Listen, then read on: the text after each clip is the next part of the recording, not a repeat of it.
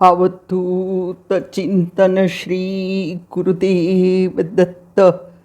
શ્રી ગણેશ ભાગ એકમાં આપણે શ્રીજીને આવાહિત કર્યા, સુંદર સ્વચ્છ આસન ઉપર આસનસ્થ કર્યા છે. વિવિધ પ્રકારના ભોગ અને જુદી જુદી જાતના મોદક લાડુથી વાતાવરણમાંથી એક મીઠી સોડમ ઉઠી રહી છે. કોઈ ઝૂંપડીમાં પણ શ્રીજી છે, તો ક્યાંક મહેલો મહાલયોમાં પણ શ્રીજીના પંડાલ છે. પરંતુ આ તો પ્રભુ છે, તેને તો ભાવ જોઈએ છે. શ્રીજીને આ બાબતોથી કોઈ ફરક નથી. તે તો શ્રદ્ધાપૂર્વક જે તેડાવે, શક્તિ મુજબ જે રીતે રાખે અને શ્રીજીને પોતાની અનુકૂળતા મુજબ સ્થાપિત કરે, તેને ત્યાં પ્રભુ કૃપા વર્ષે છે. જે ઘરો કે પંડાલોમાં 1.5 દિવસ કે 3 દિવસ 5 દિવસ જો પ્રભુને સ્થાપિત કર્યા હશે, તો ત્યાંથી શ્રીજીને ભારે હૈયે, અશ્રુભીની આંખો અને આવતા વર્ષે પુનઃ પધારજોના વચન સહ વિદાય પણ અપાઈ ગઈ હશે. આજના યુગમાં શ્રીજીને પણ ખ્યાલ તો છે જ કે હવે ઘણા દિવસો, ઘણો સમય જે ઉપલબ્ધ નથી હોતો, ત્યાં શક્તિ મુજબની ભક્તિથી પણ હું પ્રસન્ન જ થાઉં છું. મારે તો જરૂર છે માત્ર અને માત્ર મારા તરફની ભાવના, શ્રદ્ધા અને મારામાં અટલ વિશ્વાસની કે વિઘ્નહર્તા મારા બધા જ વિઘ્નો દૂર કરશે. દત્ત પરિવારે શ્રીપાદ શ્રી વલ્લભના જન્મોત્સવની ઉજવણી પણ આનંદપૂર્વક કરી જ હશે. આથી શ્રીપાદ શ્રી વલ્લભના જન્મની શુભકામનાઓ સહ આપણે પુનઃ શ્રી ગણપતિ તત્વની અધ્યાહર રાખેલી વાતોને સમજી સાથોસાથ અષ્ટવિનાયકની યાત્રા પણ કરીશું. કેમ કે કળિયુગમાં કલૌચંડી વિનાયકૌની જ ઉપાસના સર્વશ્રેષ્ઠ મનાય છે. હવે સૌ પ્રથમ આપણે શ્રી ગણેશના વિશિષ્ટ નામો અને એનો થોડા ગૂઢાર્થને સમજી લઈએ. મુદ્ગલ પુરાણમાં પરબ્રહ્મ શ્રી ગણેશના 8 અવતારો કે સ્વરૂપોની વાતો જાણવા મળે છે. જો કે પરબ્રહ્મ ગણેશના અનંત અવતારો છે અને તેનું વર્ણન હજારો મુખથી શેષનાગ કરે તો પણ કરી શકે તેમ નથી. ચતુર્મુખી બ્રહ્મા કે બ્રહ્મા સ્વરૂપા સરસ્વતી પણ પ્રભુના અવતારો અંગેની પૂર્ણતા દર્શાવી શકે તેમ નથી. આમ છતાં અન્ય ઋષિઓ કે ભક્તોએ પણ પ્રભુના ગૂઢાર્થ તત્વ પર પ્રકાશ પાડેલ છે, જે હવે આપણે ક્રમશઃ જોઈશું અને તે પૈકી આપણે થોડા નામોનો તત્વાર્થ પણ સમજીશું.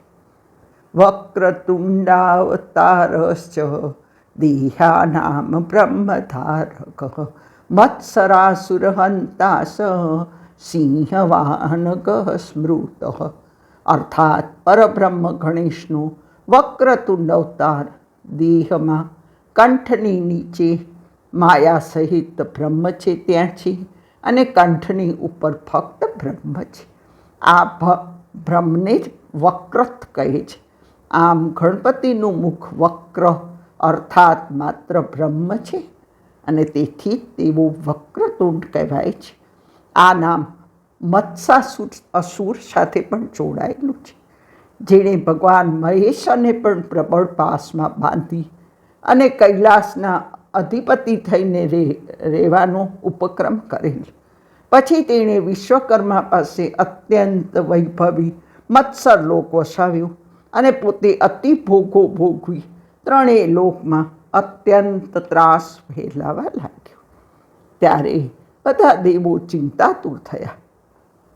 તેમની સમક્ષ યોગેશ્વર ભગવાન દત્તાત્રેય પ્રગટ થયા અને એમણે દેવતાઓને શ્રીમન મહાગણપતિ વક્રતુંડનું એકાક્ષરી મંત્ર આપી અનુષ્ઠાન કરવા કહ્યું, જેથી મત્સાસુર યુદ્ધમાં પરાજિત થતા શ્રી ગણેશના શરણે આવ્યો.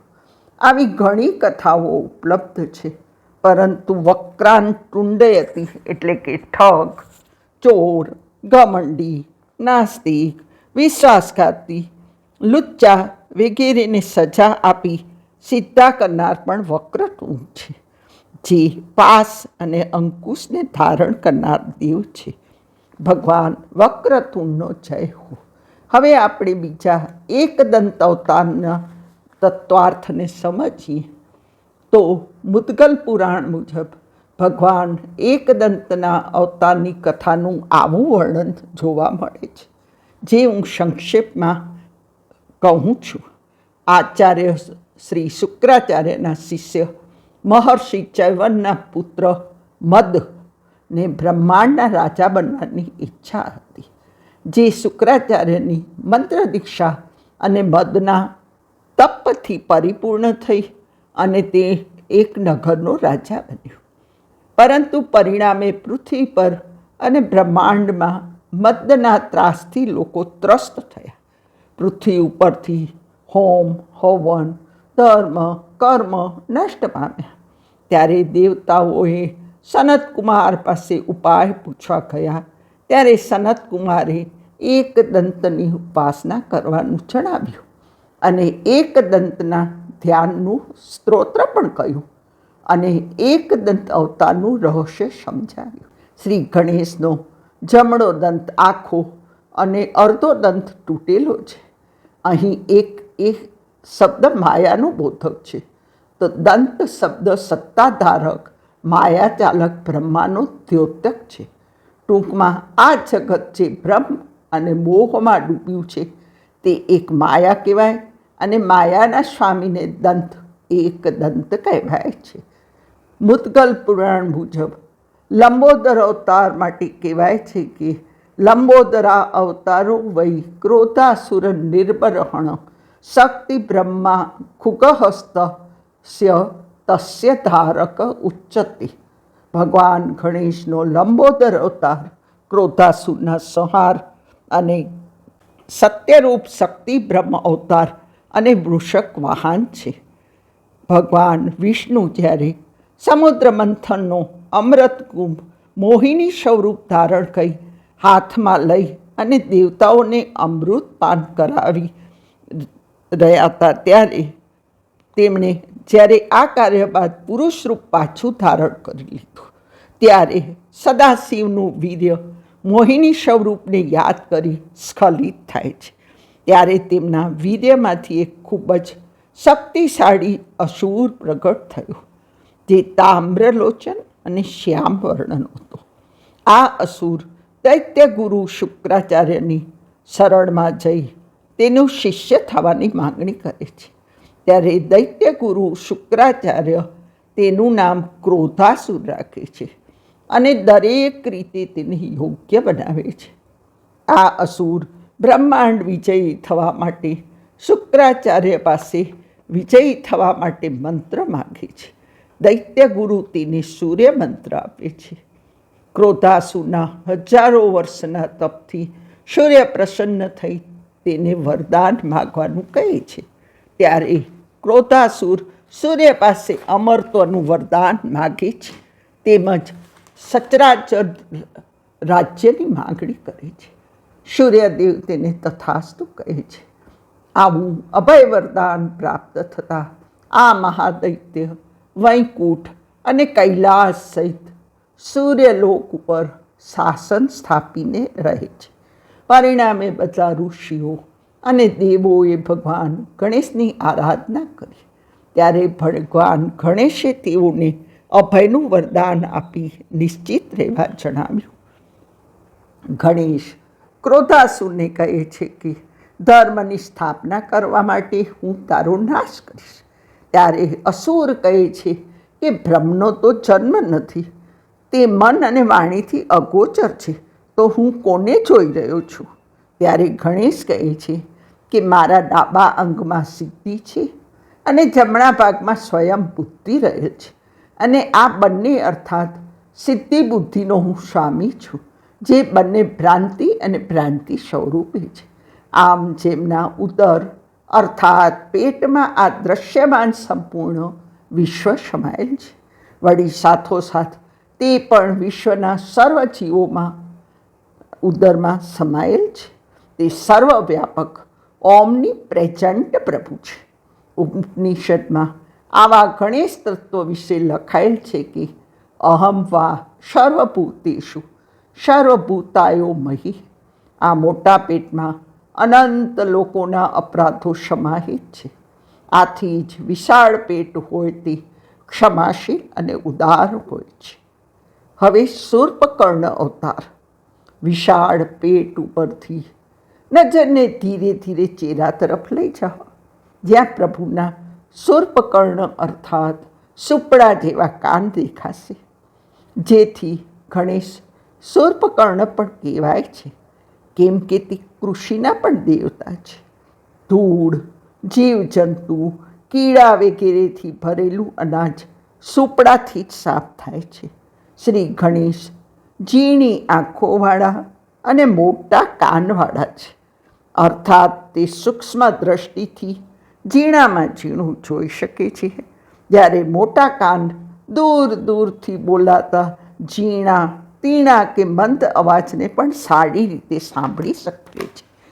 આવો સાપેક્ષ અર્થ જોઈએ તો દૂર દૂરથી સાચા ખોટા કામો જોઈ શકે છે, તેમજ લોકોની સાચી ખોટી વાતોને સાંભળી શકે છે.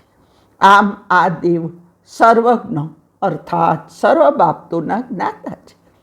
આ નામ સ્મરણથી હૃદયના મલિન વિચારો દૂર થાય છે અને તેમની ઉપાસનાથી મન, કર્મ અને વચનની એકસૂત્રતા પ્રાપ્ત થાય છે. પ્રભુનો ચતુર્ભુજ અવતાર. પ્રભુના મુખારવિંદ પછી પ્રભુના 4 હસ્ત ઉપર દૃષ્ટિપાત કરીએ તો આ હાથો દ્વારા જ દેવલોક, પૃથ્વીલોક, અતલ વગેરે લોકોનું નિયંત્રણ કરે છે. 4 હાથ સદા ક્રિયાશીલ જ હોય છે. એમના 4 હાથમાં 4 પ્રકારના આયુધો છે. મોહમય પાસ ભક્તોના મોહને નષ્ટ કરે છે. અંકુશ જગતનું નિયંત્રણ કરે છે. વરદસ્ત ભક્તોની બધી ઈચ્છાઓ પૂરી કરે છે. તો વૃક્ષ અધર્મીઓના નાશ અને ધર્મની રક્ષા માટે ધારણ કરે છે. ઘણીવાર એક હાથમાં મોદક પણ દ્રષ્ટિગોચર થાય છે, જેથી પ્રભુ સંદેશ આપે છે કે દરેકનું જીવન આનંદદાયક રહો, કેમ કે મારો વરદ હસ્ત આપના ઉપર છે. હવે પ્રભુના ગજાનન અવતારને જોઈએ તો શ્રીજીના ગજાનન નામના ગુઢાર્થ કે અવતાર યોગીઓ માટે સિદ્ધિદાયક બનાય છે.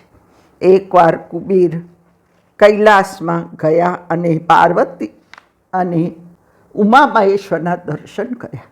ત્યારે કુબેર અમિત સૌંદર્ય સ્વામીની પાર્વતીજી તરફ ક્રૂરદ્રષ્ટિ કરતા અને લોલુપ દ્રષ્ટિથી જોતા જગતજનને અત્યંત ક્રોધિત થયા. દેવીની કોપ દ્રષ્ટિ અને ભયભીત કુબેરના કંપમાંથી લોભાસુર ઉત્પન્ન થયો, જે અત્યંત પ્રતાપી અને પરાક્રમી હતો.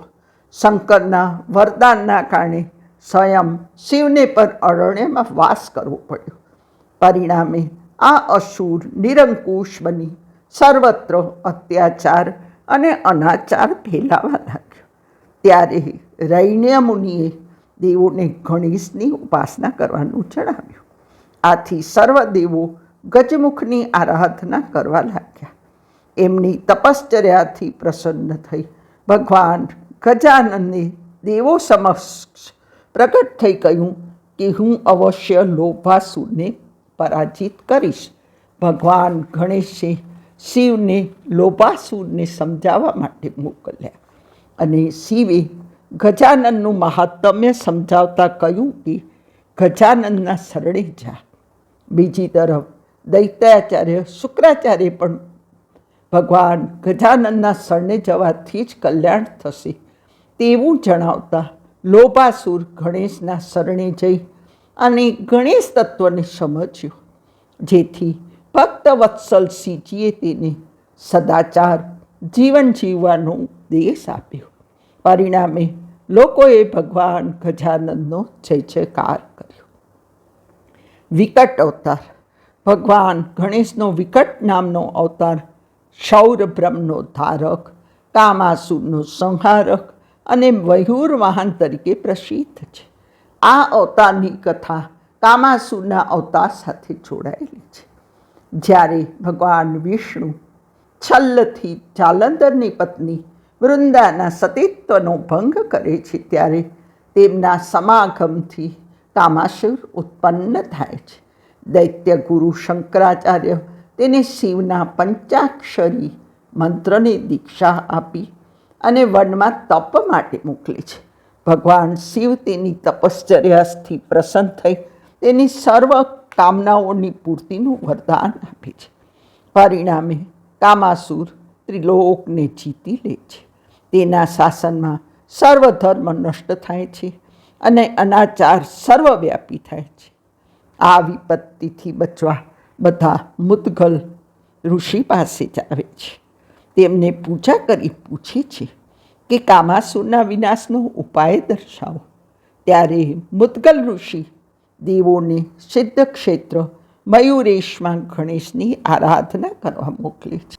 શિવ સહિત બધા દેવો ગણેશની આરાધના કરતા ગણેશ અર્થાત મયુર વાહન ગણેશે પ્રગટ થઈ દેવોને વરદાન માંગવા ગયો. દેવોએ વિનંતી કરી અને કહ્યું કે કામાસુરના કારણે સર્વત્ર અધર્મ અને અત્યાચારનું સામ્રાજ્ય સ્થાપિત થઈ ગયું છે. આપ અમારી રક્ષા કરો. ત્યારે ભગવાન મયુરેશે કહ્યું કે હું કામાસુરનો વધ કરીશ. જ્યારે કામાસુર ભગવાન વિકટ મયુરેશને કહે છે કે મેં ત્રિલોકને વશ કર્યું છે, તું પ્રાણોની રક્ષા ચાહતો તો યુદ્ધ છોડી દે. ત્યારે મયુરેશે કહ્યું કે હું તો બ્રહ્માંડનો સર્જક, પાલક અને સંહારક છું અને જન્મ મૃત્યુથી રહિત છું, તો તું મને કઈ રીતે મારીશ કે કેમ મારીશ? શ્રીજીના આવા વચન સાંભળી કામાસુર ક્રોધિત થઈ અને યુદ્ધ કરે છે. ત્યારે તે યુદ્ધ કરતાં કરતાં મૂર્છિત થઈ જાય છે. પછી તેનામાં ચેતના આવતા તે આશ્ચર્ય પામી વિચારે છે કે શસ્ત્રના પ્રહાર વિના જ જે મારી આવી દુર્દશા કરે છે તે સંગ્રામમાં મારો વધ કરશે તો? આથી તે ભગવાન મયુરવાહન વિકટના શરણે ગયો. ત્યારે વિકટે તેને પોતાની ભક્તિ કરવાનું કહેતા કામાસુર વિકટની ભક્તિ કરતાં કરતાં શાંત જીવન જીવવા લાગ્યો. વિઘ્નરાજ અવતાર. શ્રીજીના વિઘ્નરાજ અવતારમાં તેઓનું વાહન શેષનાગ છે. તેઓ વિષ્ણુ બ્રહ્મના વાચક છે અને મમતાસુરને હણનારા કહેવાયા છે.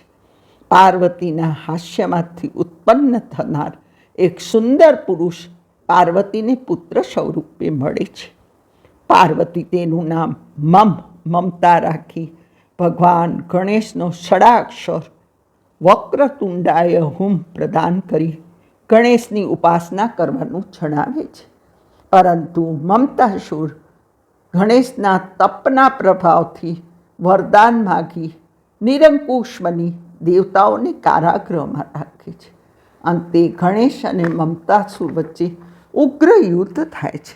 પરિણામે મમતાસુર જ્યારે વિઘ્નરાજથી પરાજિત થાય છે ત્યારે કરુણામય વિઘ્નરાજ તેને પોતાની ભક્તિ પ્રદાન કરે છે અને કહે છે કે હે અસુર, જે વિધિ પહેલાં મારું પૂજન ન થયું હોય કે કોઈએ મારું સ્મરણ ન કર્યું હોય ત્યારે તેમને મોહ પમાડી અને તેના ઉપર મોહનું શાસન ચલાવ. જ્યારે મારા ભક્તોની પ્રેમથી સદા રક્ષા કર, અર્થાત અન્યને તું મોહ માયાના બંધનમાં બાંધી રાખ. ધૂમ્રવર્ણ. હવે આપણે અંતિમ નામ ધૂમ્રવર્ણના ગૂઢ તત્વને સમજીએ. આ અવતારમાં પ્રભુનું વાન મૂષક છે. તે શિવ બ્રહ્મ સ્વરૂપ છે અને અભિમાની અસુરોનો નાશ કરનારો છે.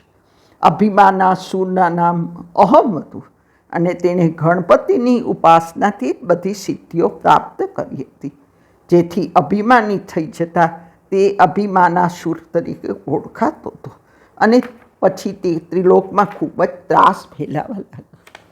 જેથી સૌ દેવતાઓએ ગણેશજીની આરાધના કરી. પરિણામે ગણેશજી દેવતાઓના દુઃખ દૂર કરવા માટે ધૂમ્રવર્ણ અહમને સ્વપ્નમાં આવી દર્શન. શ્રીજીનું આવું તેજસ્વી સ્વરૂપ જોઈને અહમ અત્યંત ભયભીત થાય છે, કેમ કે સ્વપ્નમાં દર્શન આપનાર ધૂમ્રવર્ણ ગણેશના નેત્રો લાલ હતા અને અસુરના નગરને આગમાં જલાવીને રાખ કરી દે છે, તેમજ અસુર શક્તિહીન થઈ ગયા છે તેવું દેખાય છે. આવા અશુભ સ્વપ્નના ફળની આશંકાથી અહમ ગભરાઈ જાય છે. બીજી તરફ ગણેશે નારદને પોતાના દૂત તરીકે અહમ પાસે મોકલે છે, પરંતુ અહમ અત્યંત ક્રોધિત થાય છે, જેથી દેવર્ષિ નારદ ધૂમ્રવર્ણને બધી પરિસ્થિતિથી અવગત કરાવે છે. આથી ગણેશે પોતાના પાસને છૂટો દોર આપી સૌનું નાશ કરવાનું જણાવે છે. આવો વિનાશ જોઈ અહમ ભયભીત થઈ જાય છે અને તે ધૂમ્રવર્ણના શરણે જાય છે, પૂજન અર્ચન અને સ્તુતિ કરે છે. આથી ભગવાન ધૂમ્રવર્ણ કહે છે કે મહાઅસુર, જ્યાં કોઈ પણ વિધિના પ્રારંભમાં મારી સ્તુતિ થતી નથી ત્યાં નિવાસ કર, અને કાર્યના આરંભમાં મારું સ્મરણ ન થયું હોય તો ત્યાં તારા આસુરી સ્વભાવ મુજબ વિઘ્નો ઊભા કરજે અને મારા ભક્તોની તું સદૈવ રક્ષા કરજે. પ્રત્યેક મનુષ્યમાં પરિસ્થિતિવશ જ્યારે આવું કંઈ થાય છે ત્યારે આ નામોમાં દર્શાવેલ મોહ, મમતા, કામ, ક્રોધ, લોભ, ઈર્ષા, અહમ જેવા આસુરી ભાવો પ્રગટ થાય છે. ત્યારે આપણામાં હૃદયસ્થ ગણેશ પોતાની મહિમામય લીલાથી તેનો સંહાર કરે તેવો ગૂઢાર્થ આ કથાઓ અને નામોમાં સમાયેલ છે. તો આધ્યાત્મિક મહત્વ મુજબ આપણા જીવનમાં આવા ગુણો ન પ્રવેશે તેવું મંગલમય પરબ્રહ્મનું સ્મરણ કરતા રહીએ. એ જ શ્રીજીને પ્રાર્થના સહ આપનો સદા જય જયકાર થાય તેવી અભ્યર્થના સહ મંગલમૂર્તિ શ્રીજીનો સદૈવ વિજય થાય, વિજય થાય. આપણે હજારો વર્ષોથી ગણેશના પ્રથમ સ્થાનને જાણતા જ હતા, પરંતુ આજે જેવું પ્રચલન ગણેશ મહોત્સવનું દેખાય છે તેવું અગાઉ ન હતું. તેનું સર્વપ્રથમ શ્રેય લોકમાન્ય બાલ ગંગાધર તિલકના નામે જાય છે.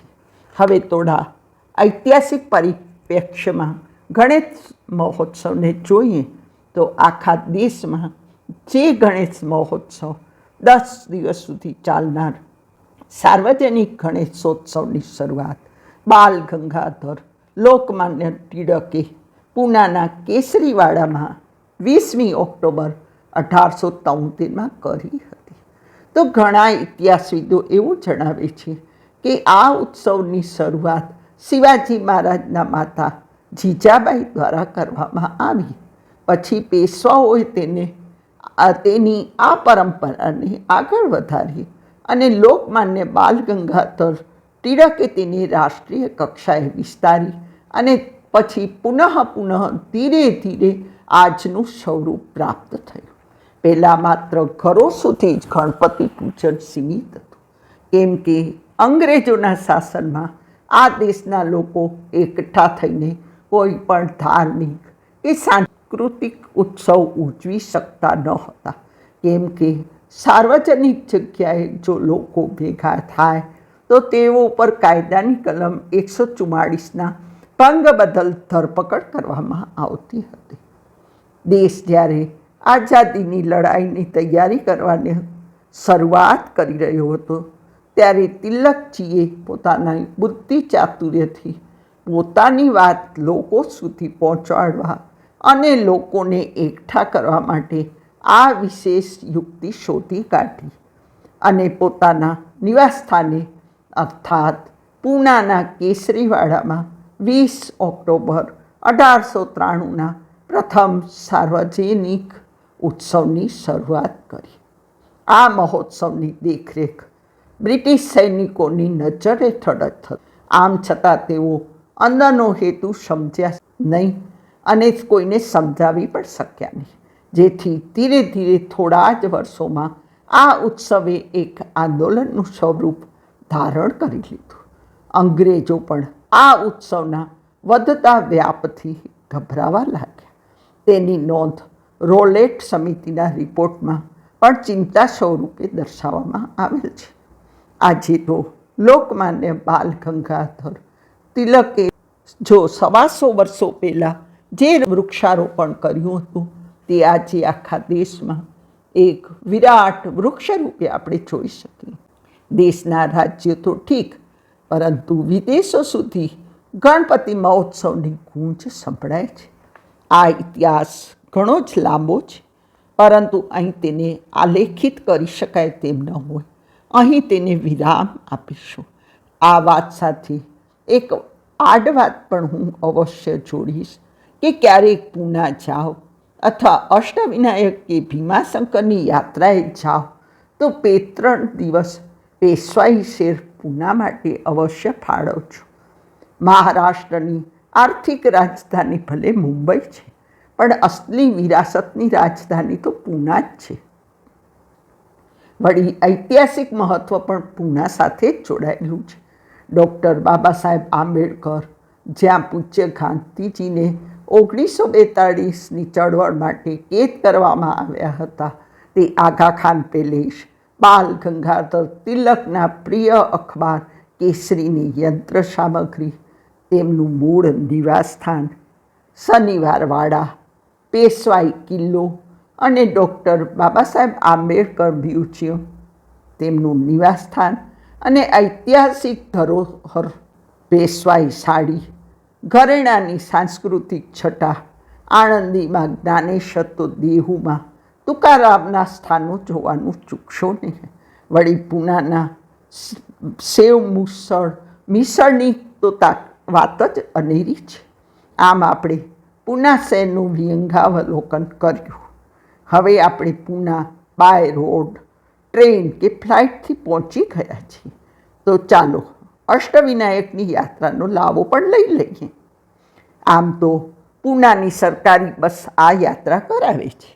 ખાનગી ટેક્સી કે ટેમ્પા પણ ઉપલબ્ધ હોય છે, અથવા તો આપણે વાહનથી ગયા હોઈએ તો તેનાથી પણ આ યાત્રા સંપન્ન કરી શકાય છે. વળી વાસુદેવ નિવાસ, શ્રીધર મહારાજ કે શંકર મઠના દર્શન દત્ત પરિવારજનો કરી શકે. પૂનાથી થોડે દૂર તિરુપતિ બાલાજીનું ભવ્ય મંદિર છે. નજીકમાં જ ભીમાશંકર જ્યોતિર્લિંગ પણ છે. આમ અહીં ધાર્મિક સાંસ્કૃતિક વિરાસત દરેક જગ્યાએ છવાયેલી છે. તો દગડુ શેઠના ગણપતિને તો ભૂલી જ ન શકાય, કેમ કે એક સમયે ત્યારે રસ્તાઓ પણ બંધ કરવામાં આવતા હતા. એવી દગડુ શેઠના ગણપતિની ઉજવણી થતી હતી. હવે આપણે સંક્ષેપમાં અષ્ટવિનાયક અંગે જાણીશું. એક વાત યાદ રહે કે ગણેશના 8 નામના ગુઢાર્થ અને મહારાષ્ટ્રના 8 ગામના ગણપતિ સ્થાનકો એ બંને બાબતો અલગ અલગ છે. અગાઉ આપણે ગણપતિના 8 કે 9 નામો જોયા. હવે આપણે ગણપતિના જે અષ્ટવિનાયક 8 સિદ્ધ ક્ષેત્રો કહેવાય છે તેની મુલાકાતે જઈશું. પ્રથમ આપણે પૂનાથી શરૂ થઈ અને યાત્રાએ જઈશું. તે પહેલાં એક વાત સમજીએ કે કૃતયુગ અર્થાત સત્યયુગ અને ત્રેતાયુગમાં તેઓ ગણેશ વિનાયક તરીકે ઓળખાતા હતા, તો દ્વાપર યુગ અને કલયુગમાં ગણેશ તરીકે ઓળખાય છે. દરેક યુગમાં શ્રીજીના વાહનો પણ બદલાતા હતા. સિંહ, મોર અને ઉંદર હતા, તો તેઓના શરીરના વર્ણ પણ જુદા જુદા હતા. જેમ કે સત્યયુગમાં તેજોવર્ણ, ત્રેતાયુગમાં શુક્લવર્ણ, તો દ્વાપરમાં રક્તવર્ણના ગણાધિપતિ હતા. હાલ કલયુગમાં તેઓ ધૂમ્રવર્ણ અર્થાત ધુમાડા જેવા વર્ણના છે. પ્રથમ દિવસે મહળ, પાલી, થેઉર દર્શન કરવાના અને રાત્રિ વિશ્રામ મોરગાંવમાં કરવામાં આવે છે. જે શ્રી ક્ષેત્ર મયુરેશ તરીકે ઓળખાય છે. બીજે દિવસે સવારે મોરેશ્વરના દર્શન કરી પૂજા કરી અને સિદ્ધ ટેક અને રાજણ ગામ આવી રાતના લેણિયાદરીમાં નિસર્ગરમ્ય વાતાવરણમાં રાત્રિ રોકાણ કરી ત્રીજા દિવસે ઓજરમાં દર્શન કરી અન્ય દર્શનો કરતાં કરતાં યાત્રા જ્યાંથી શરૂ કરી હોય ત્યાંના ગણપતિના પુનઃ દર્શન કરી શ્રીજીની યાત્રા પૂરી કરાવવાનો આભાર માની યાત્રા પૂરી કરવામાં આવે છે. આમ અષ્ટવિનાયકની યાત્રા કરવામાં આવતી હતી, પરંતુ આજના સમયમાં આવો સમય મળવો મુશ્કેલ હોય પૂના રોકાઈ 2 દિવસમાં યાત્રા પૂરી કરવામાં આવે છે, કેમ કે મંદિરો બપોરે બંધ હોય અને દર્શનની રાહ જોવામાં પણ થોડો સમય જાય છે. તેમજ આજકાલ થોડીક ભૌતિક સુવિધાઓ પણ જરૂરી હોય. અમે પૂના હોટલમાં રોકાઈ દર્શન કરી રાત્રે પરત પૂના હોટલમાં જ આવી જતા અને બીજા દિવસે બીજા મંદિરોની યાત્રા કરી અષ્ટવિનાયક યાત્રા કરેલ છે. અહીં ભગવાનના 8 નામો જે સ્વયંભૂ મંગલ મૂર્તિ છે તે દર્શાવેલ છે. પ્રથમ મયુરેશ્વરે અર્થાત ગણેશે સિંધરા અસુરને મોર પર સવાર થઈને હણેલ હોય તે મયુરેશ્વર કહેવાય છે. અને પૂનાના મોરગાંવ વિસ્તારમાં પૂનાથી 80 કિલોમીટર દૂર આ મોરગાંવમાં આ મયુરેશ્વર આવેલા છે. સિદ્ધિવિનાયક મંદિરમાં ભગવાન વિષ્ણુએ સિદ્ધિઓ પ્રાપ્ત કરી હતી. આ મૂર્તિ 3 ફૂટ ઊંચી અને જમણી બાજુ વળેલી સૂંઢવાળી છે. આ મંદિર અહમદનગરના કરજત તાલુકામાં પર્વતની ટોચ પર આવેલું છે, જેથી પરિક્રમા કરવા માટે પર્વત ઉપર જવું પડે છે. બલાલેશ્વર મંદિર શ્રીજીએ પોતાના ભક્ત બલાલની ભક્તિથી પ્રસન્ન થઈને આ સ્થળે તેમને દર્શન આપ્યા હતા. રાયગઢના પાલી ગામમાં આ મંદિર આવેલું છે. વરદ વિનાયક મંદિરના ગણેશ અહીં વરદાન અને સફળતાના દાતા વરદ વિનાયકના રૂપમાં નિવાસ કરે છે. આ મંદિરમાં નંદદીપ નામનો દીવો વર્ષોથી પ્રજ્વલિત છે. આ એકમાત્ર એવું મંદિર છે કે જ્યાં ભક્તોને વ્યક્તિગત રૂપે મૂર્તિ સમક્ષ જવાની અને મનોકામના વ્યક્ત કરવાની અનુમતિ છે. ભગવાન તમામ ભક્તોની મનોકામના પૂર્ણ કરવાનું વરદાન આપે છે. ચિંતામણી મંદિરમાં દર્શન કરનાર ચિંતાગ્રસ્ત કે અસ્વસ્થ મનથી ગ્રસિત હોય તો તેની બધી ચિંતા, તકલીફ અને મૂંઝવણ દૂર થઈ જાય છે. ભગવાન બ્રહ્માએ પોતાના પરેશાન મનને શાંત કરવા આ સ્થળે તપશ્ચર્યા કરી હતી. ચિંતામણી મંદિર ભીમા, મૂલા અને મુથ્થા નદીના સંગમ ઉપર થેઉર ગામમાં આવેલું છે અને ભક્તોની ચિંતા દૂર કરનાર ગણેશ તરીકે પ્રસિદ્ધ છે. 6થા સ્થાને ગિરિજાત્મક આત્મજ અષ્ટવિનાયક મંદિર, જે પૂના નાસિક હાઈવે ઉપર લેણિયાદરીમાં આવેલું છે. ગિરિજાનો આત્મા અર્થાત માતા પાર્વતીનો પ્રિય આત્મજ પુત્ર ગણેશ જ અહીં 18 ગુફાઓ પૈકી 8 નંબરની ગુફામાં બિરાજે છે. આ મંદિર સુધી પહોંચવા માટે લગભગ 300 સીડીઓ ચડવી પડે છે. આ મંદિરની ખાસ વિશેષતા એ છે કે આખા મોટા પથ્થરને કાપી કોતરીને આખું મંદિર બનાવવામાં આવેલું છે. અહીં રાત્રિ વિશ્રામ માટેની સુવિધા પણ છે. એક માન્યતા એવી પણ છે કે અહીં શ્રીફળ ચડાવાતું નથી. વિઘ્નેશ્વર અષ્ટવિનાયક મંદિર પૂનાના ઓજર જિલ્લાના જુનાર વિસ્તારમાં પૂના નાસિક રોડ ઉપર પૂનાથી 80થી 85 કિલોમીટરના અંતરે છે. વિઘ્નેશ્વર નામનો અસુર અહીં સંતો, ઋષિઓ વગેરેને ત્રાસ આપતો હોવાથી ભગવાન ગણેશે અહીં તેની યુદ્ધમાં પરાજય આપ્યો હતો. પછી અસુરે દયાથી વિનંતી કરતા શ્રીજીના શરણે ગયો. ત્યારે ગણેશે તેને જણાવ્યું કે જ્યાં મારી પૂજા થઈ રહી હોય ત્યાં તારે એ જગ્યાએ જવું નહીં. પરિણામે આ મંદિર વિઘ્નેશ્વર, વિઘ્નહર્તા અને વિઘ્નહર તરીકે ઓળખાય છે.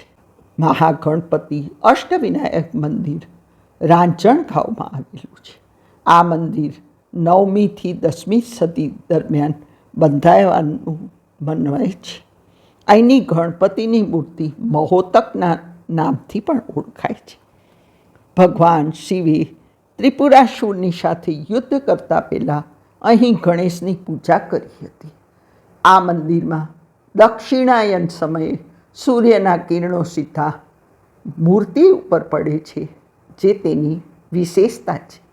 આમ મહારાષ્ટ્રની અષ્ટવિનાયકની યાત્રામાં 8 સ્વયંભૂ ગણેશનો સમાવેશ થાય છે. આજકાલ અષ્ટવિનાયક યાત્રાનું મહત્ત્વ ખૂબ જ વધી ગયેલ છે. પરિણામે ઘણી જૂની પરંપરાઓ વિસરાઈ પણ ગઈ છે. વળી મીડિયાના પ્રચાર પ્રસાર, ટ્રાવેલ કંપનીઓ દ્વારા પણ આ અષ્ટવિનાયકના દર્શન ઝડપી બની ગયેલ છે. પરંતુ ખરેખર આ વિસ્તારોની ઉર્જા અનુભવી શકાય છે. તેમજ રસ્તામાં મહારાજા શિવાજીના જન્મસ્થળ અને રાયગઢનો કિલ્લો, દત્ત મંદિરો વગેરેના દર્શન પણ કરી શકાય છે. આપણા ગણપતિ તત્વના વક્તવ્યમાં ચતુર્થી અને અથર્વશીર્ષનું મહત્ત્વ પણ સમજીએ. પરાશરનંદન શ્રી વ્યાસમુનિએ પંચમ વેદ મહાભારતની રચના કરી અને બ્રહ્માજીને કહ્યું કે આ મહાકાવ્યમાં વેદોનું રહસ્ય સંકલિત છે, પરંતુ પૃથ્વી પર આ ગ્રંથને લખી શકનાર કોઈ નથી. ત્યારે બ્રહ્માજીએ વ્યાસને કહ્યું કે હે મુનિવર, તમે આ ગ્રંથને લખવા માટે શ્રી ગણેશજીનું સ્મરણ કરો. મહાભારતના આદિ પર્વમાં દર્શાવેલ છે કે કાવ્યસ્ય લેખનાર્થાય ગણેશ સ્મર્યતામ મુનિ. આમ મુનિએ ગણેશનું સ્મરણ કર્યું ત્યારે શ્રી ગણેશ વ્યાસ સન્મુખ ઉપસ્થિત થયા. મહર્ષિ વ્યાસે શ્રી ગણેશને આદર આપી મહાભારત ગ્રંથના લેખક તરીકેની વિનંતી કરી. ત્યારે ગણેશજીએ વ્યાસજી સમક્ષ એવી શરત મૂકી કે ક્ષણવાર પણ મારી લેખની અટકવી ન જોઈએ.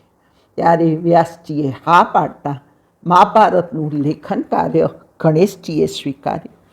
પરિણામે જગતને પંચમ વેદ સમાન લોકપાવન મહાગ્રંથ મહાભારત આપણને પ્રાપ્ત થયો. આપણા સનાતન ધર્મમાં ગણેશ ચતુર્થીનો વિશેષ મહિમા છે. તેમાં પણ ભાદરવા માસની શુક્લ પક્ષની ચતુર્થીનો સવિશેષ મહિના છે.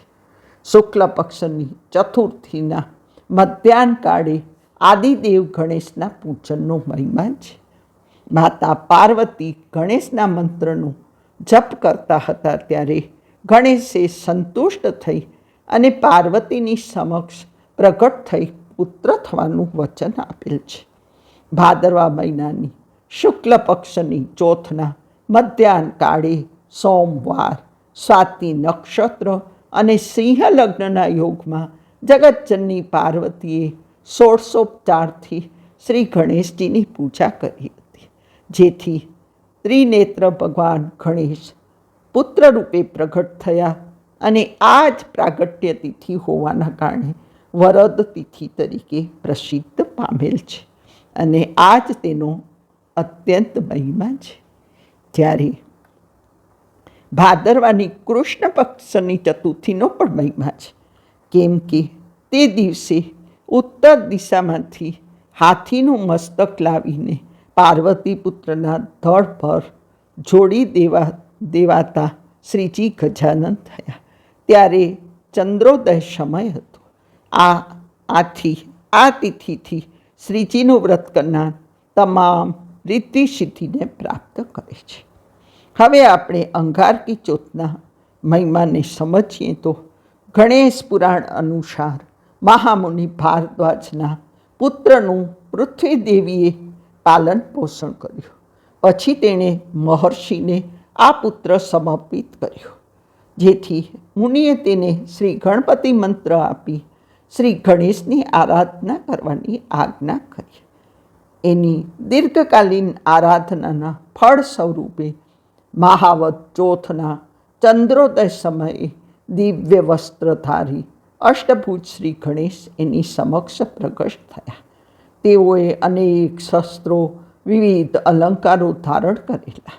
ભગવાન ગણેશના મંગલમય સ્વરૂપના દર્શન થતાં જ તેઓએ ભારદ્વાજ મુનિના પુત્રને વરદાન માગવાનું કહ્યું. ત્યારે ભારદ્વાજ પુત્ર કહે છે કે મારું નામ ત્રિલોકમાં કલ્યાણ કરવાવાળા મંગલ નામથી પ્રસિદ્ધ થાય, તેમજ આપનું આ પવિત્ર દર્શન મને મહાવત ચોથના દિવસે થયું છે. તેથી આ ચોથ નિત્ય પુણ્ય પ્રદાન કરનારી અને સંકટોને દૂર કરનારી થાય તેવા આશીર્વાદ માગું છું. ત્યારે ભગવાન ગણેશ કે જે દુર્વાના બે દલથી પણ પ્રસન્ન થાય છે, તેઓએ તથાસ્તુ કહ્યું. એવો વિશિષ્ટ મહિમા આ અંગારકથી ચોથનો છે કે મંગલનું એક નામ અંગારક હોઈને આ ચોથ અંગારકી તરીકે પ્રસિદ્ધ છે. અહીં આપણે શ્રી ગણેશજીને પ્રસન્ન કરનારા વ્રતની સંક્ષેપમાં જાણકારી મેળવી. હવે ગણપતિને પ્રિય એવા ગણપતિ અથર્વશીર્ષ અંગેને સમજીએ તો અથર્વશીર્ષ શબ્દનો અર્થ અને રહસ્ય અથર્વવેદના કેન સૂક્તની ઋચા 26-27માં સમાયેલ છે. થર્વ અર્થાત ગતિ કે ચંચળતા, અથર્વ એટલે સ્થિતિ કે નિશ્ચિતતા, શીર્ષ એટલે મસ્તક. અર્થાત શ્રી ગણેશ અથર્વા યોગ સ્થિરાધિપતિ છે. ચંચળતાના 3 પ્રકારો ગ્રંથોએ બતાવ્યા છે. દેહની ચંચળતા, મન અને પ્રાણોની ચંચળતા. આ ત્રણેય ચંચળતાઓનું નિવારણ કરવાથી સાધક જલ્દીથી અથર્વા યોગી બની શકે છે. અગ્નિ પુરાણમાં એકાક્ષરી મંત્ર ઘમને તારક મંત્ર કે મૂળ મંત્ર કયો છે, અને આ તારક મંત્રનો શાસ્ત્રોક્ત ઉચ્ચાર એ જ ગણેશ વિદ્યા કે ગણેશ તત્વ છે. જ્યારે ગ, અ, મ અને અનુસ્વારને જ વેદાંત ગણેશ કહેવાય છે. આ બધી બાબતો પ્રત્યે મેં માત્ર અંગુલી નિર્દેશ કર્યો છે. સાધકે પોતાને અનુરૂપ પૂજન, અર્ચન, જપ અંગે કોઈ ગુરુ કે સાધક પાસેથી પૂરતી જાણકારી અવશ્ય મેળવવી જોઈએ અને તેઓના માર્ગદર્શન હેઠળ જ આવા અનુષ્ઠાનો કરવા જોઈએ. બસ હવે ધીરે ધીરે શ્રીજીને વિદાય આપવાના દિવસો નજીક આવતા જાય છે. ઘણા ગણો કે પંડાલોમાં ભૌતિક મૂર્તિઓએ વિદાય લીધી હશે, પરંતુ આપણું ભાવ જગત અશ્રુમય છે. હર્ષ, આનંદ અને વિયોગના દુઃખના અશ્રુઓથી નેત્રો છલકાય છે. અતિ સુંદર રીતે શ્રીજી આવ્યા તેનો આનંદ છે, તો હર્ષોલ્લાસી ઉત્સવ ઉજવાયો તેનો હર્ષ છે. અને વિદાય વેળા આવી ત્યારે વિયોગના અશ્રુ છે. જો કે સ્થૂળ સ્વરૂપ આપણાથી વિદાય લે છે, પરંતુ મબલખ ભક્તિ અને આધ્યાત્મિક મોકલાણીનું આખા વર્ષનું ભાથું આપણા માટે શ્રીજી મૂકતા જ જાય છે. હવે આપણે એક થોડો દૃષ્ટિપાત ગુજરાતમાં આવેલા ગણેશ મંદિરો પર નાખીએ. ગુજરાતમાં ઘણા નામાંકિત ગણેશ મંદિરો જોવા મળે છે, જે પૈકી ધોળકા તાલુકાના કોઠગાંગણ અને ઉંઝા નજીક ઐઠોરમાં તો ગણેશ વડ, નવસારી નજીક સિસોદરામાં ગણેશ વડનું મહત્વ છે, તો વલસાડ, વડોદરા અને લગભગ દરેક ગામમાં ગણપતિના દર્શન થાય છે. દત્ત પરિવારે પણ આ મહોત્સવમાં જેનું સ્મરણ કર્યું છે અને તેને માણ્યું છે, તેઓને હું એવું કહીશ કે પ્રભુ તારી બતાવેલી કેડીએ અમે ચાલ્યા, જેથી ભવાટવીમાં ભૂલા ન પડ્યા. એવી શ્રી ગણેશને પ્રાર્થના સહ જય શ્રી ગણેશ સહ અવધૂત ચિંતન શ્રી ગુરુદેવ દત્ત.